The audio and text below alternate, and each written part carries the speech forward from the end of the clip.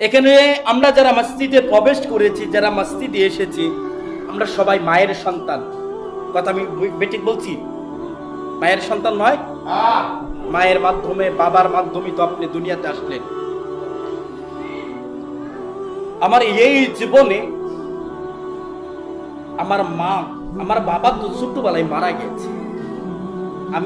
আমি বলতে পারবো না আমার বাবা কেমন ছিল, কতটুকু লম্বা ছিল, কতটুকু মোটা ছিল, মানে আমার কিচ্ছুই খেয়াল নেই। তাহলে এখন ভাবেন আমার বাবা কত বছর আগে আমাকে কত ছোট হয়ে মারা গেছে। আমার এই জীবনে আমার এত যেন আমি বড় হয়েছি, আমি অনেক মা মানে আমি কষ্ট দিয়েছি। আমার দ্বারাতে তো আমার মা কষ্ট পেয়েছে 100%, 100%। আমি যদি বলি আমি সাধু, আমি আমার মাকে কষ্ট দেই নাই, কিন্তু সময় এটি ভুল হবে, এটি ভুল হবে।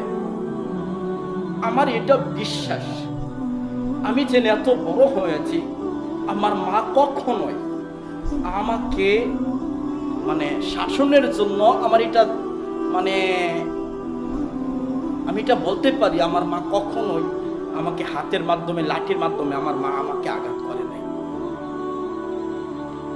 এই মায়ের জন্য আমি সবসময় দোয়া করি সালাতের মধ্যে। আপনি জানেন কিনা, আপনি কতটুকু আমার জন্য মানে বিশ্বাস করেন আমি এটা জানি না। এই মায়ের জন্য, এই বাবার জন্য আমি সবসময় দোয়া করি। মাঝে মাঝে আমার বাবার জন্য আমি কান্না করি, কিন্তু আমার বাবার কথা তেমন মনে হয় না। যখন ফোনে যখন গল্প শুনি, তখনই আমার মানে কান্না আসে।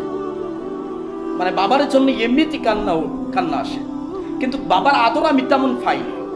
আমি যখন ছোট আছিলাম, আমার মা আমার বাবারে নিয়ে হসপিটাল দৌড় পারছে। আমি ছোটবেলা তেমন আমার মায়ের আদর পাইনি। আমার মা আমাকে বাড়িতে রেখে বিভিন্ন জায়গায়, বিভিন্ন হসপিটালে দৌড় পারছে।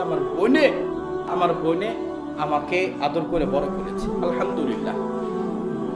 সম্মানিত উপস্থিতি, তাহলে সেই বাবার জন্য আমি মাঝে মাঝে কান্না করি, সেই বাবার জন্য আল্লাহর নিকটে দোয়া করি, রব্বির হামহুমা কামা রব্বায়ানি সগীরা।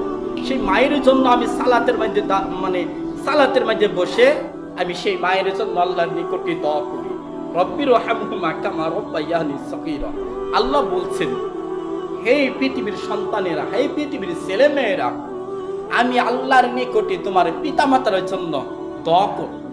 আমি আল্লাহ তোমার পিতাকে, আমি আল্লাহ তোমার মাকে একেবারেই ক্ষমা করে দেব। সুবহানাল্লাহ, রব্বির হামহুমা কামা রব্বায়ানি সগীরা।